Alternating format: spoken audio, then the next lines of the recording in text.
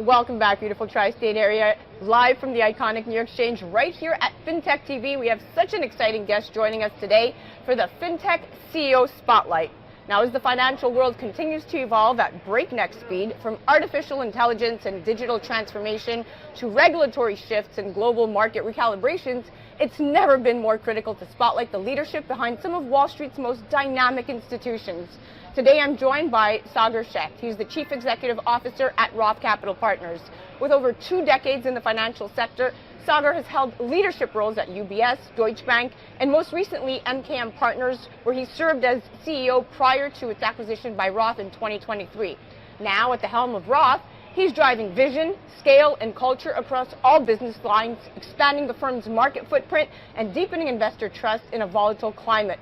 Welcome to the show, superstar. Thank you so much. Appreciate the intro. And by the way, what a dynamic environment here at the New York Stock Exchange. Kind of reminds me why I started my career on Wall Street. It was for this. So. And this is where it all happens. All right, so let's dive in. According to a PwC's 2024 CEO survey, nearly 45% of CEOs believe their companies will not be economically viable in 10 years if they continue on their current path. And yet, leadership isn't just about adjusting the numbers, it's about building trust, culture, and long-term value. So, Sagar, how are you personally redefining what it means to be a CEO in this rapidly shifting environment, and how does that translate to the way Roth Capital is navigating today's, market realities?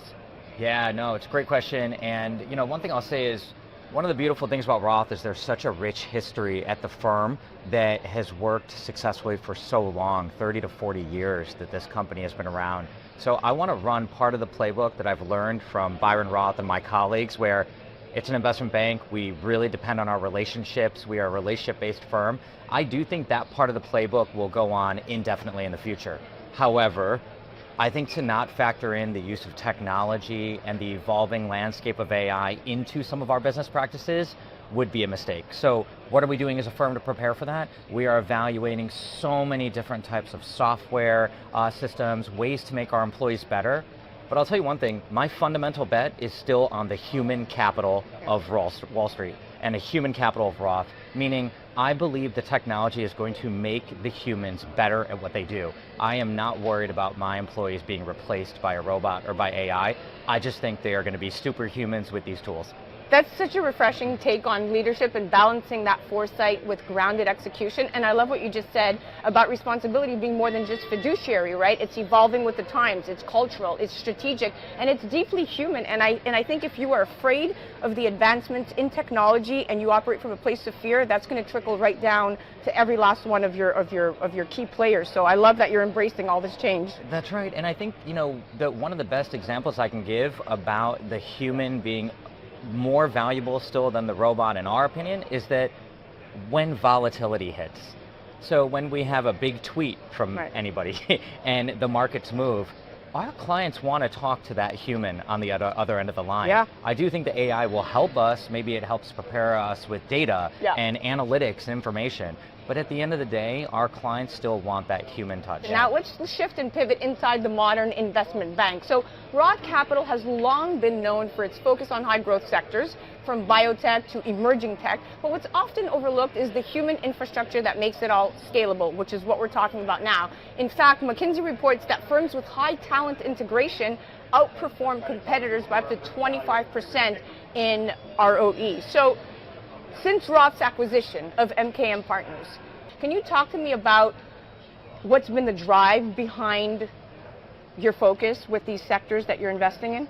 Yeah, so you touched on a lot of things. One, I'll say, even before I get into the sectors, it is development of human capital is a key part of the playbook at Roth, meaning we want our employees to get smarter every day, so we surround them with resources, tools, and data to make them smarter, to give them more information, to develop their careers and their skill sets.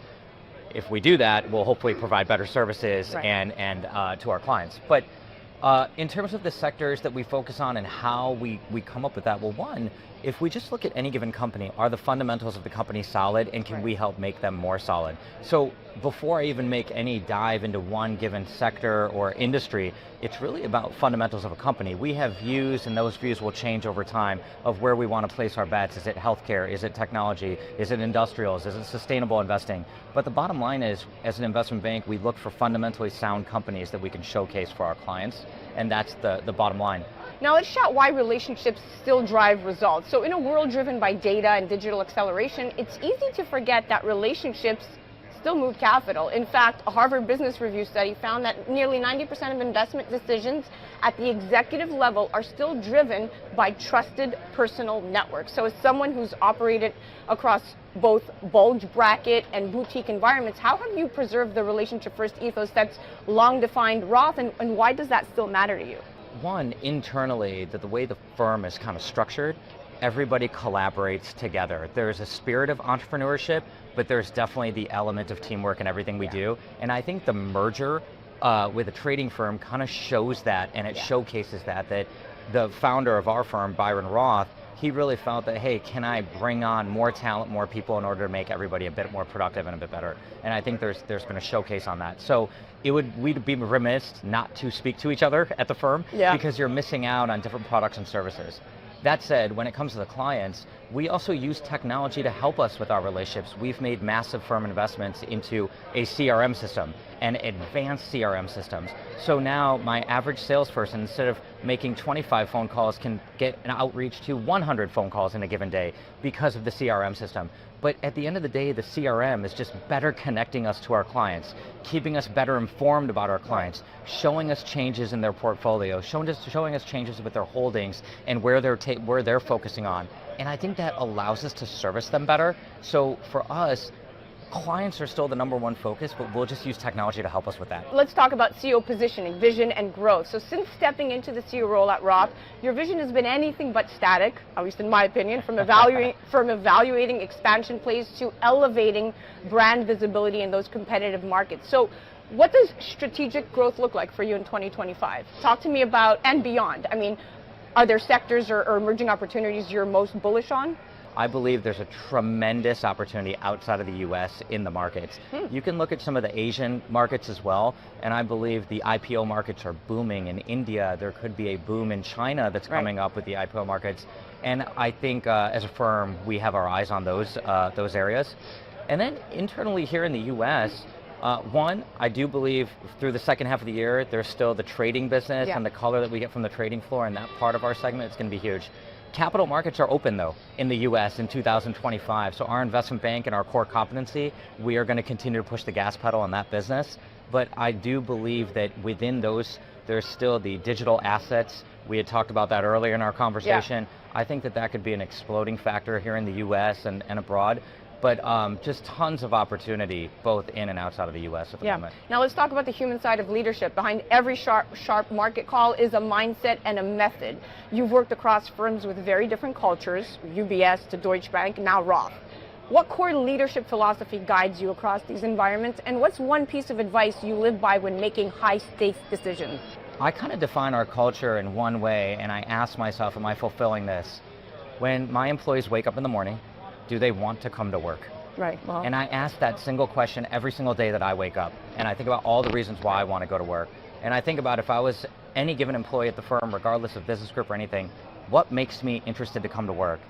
And my playbook in culture is to not only answer that question, but fulfill their wishes when they answer that question. Right. So is it a dynamic work environment? Is it flexibility? Is it transparency? Is it market intelligence? Is it human development? Is it technology? They want more technology. Is it the fact that they want to learn? Do they want to be surrounded by good people? Do they need mentors? All these different factors that create culture, we try to instill that into Roth every single day.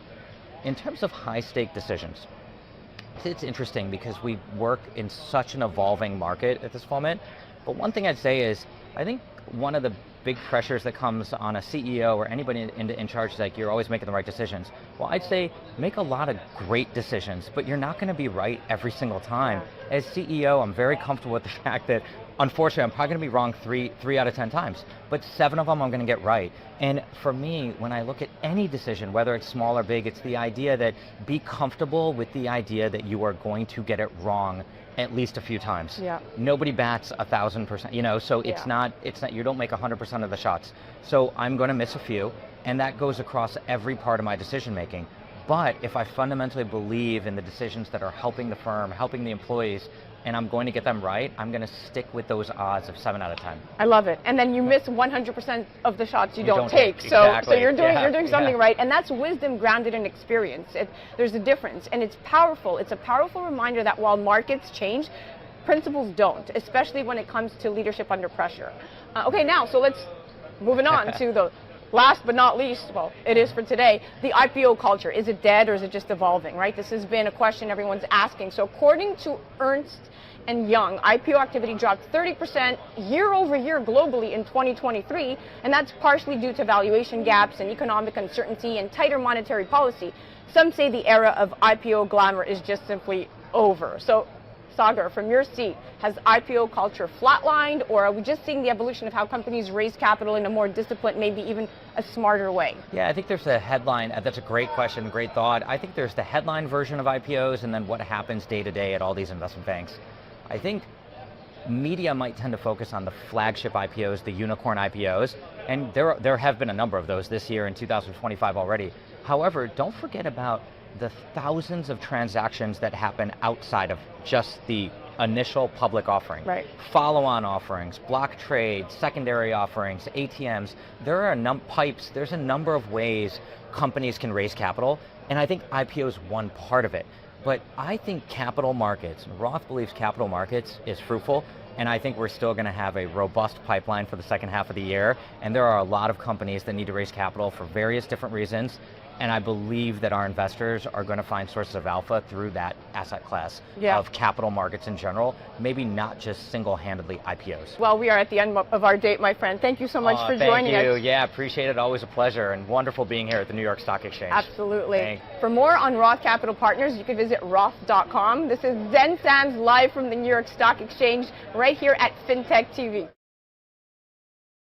A Moment of Zen is sponsored by FinTech TV. FinTech TV, the newest streaming channel focused exclusively on the business of blockchain, digital assets, and sustainability. Broadcasting from our studio on the floor of the New York Stock Exchange with daily reports from NASDAQ, global expansion, and 24/7 coverage. Become part of the launch. Head to fintech.tv/invest. Fintech.tv/invest. Tune in to A Moment of Zen Saturday nights from 9 to 10 p.m. on 710 WOR, the voice of New York.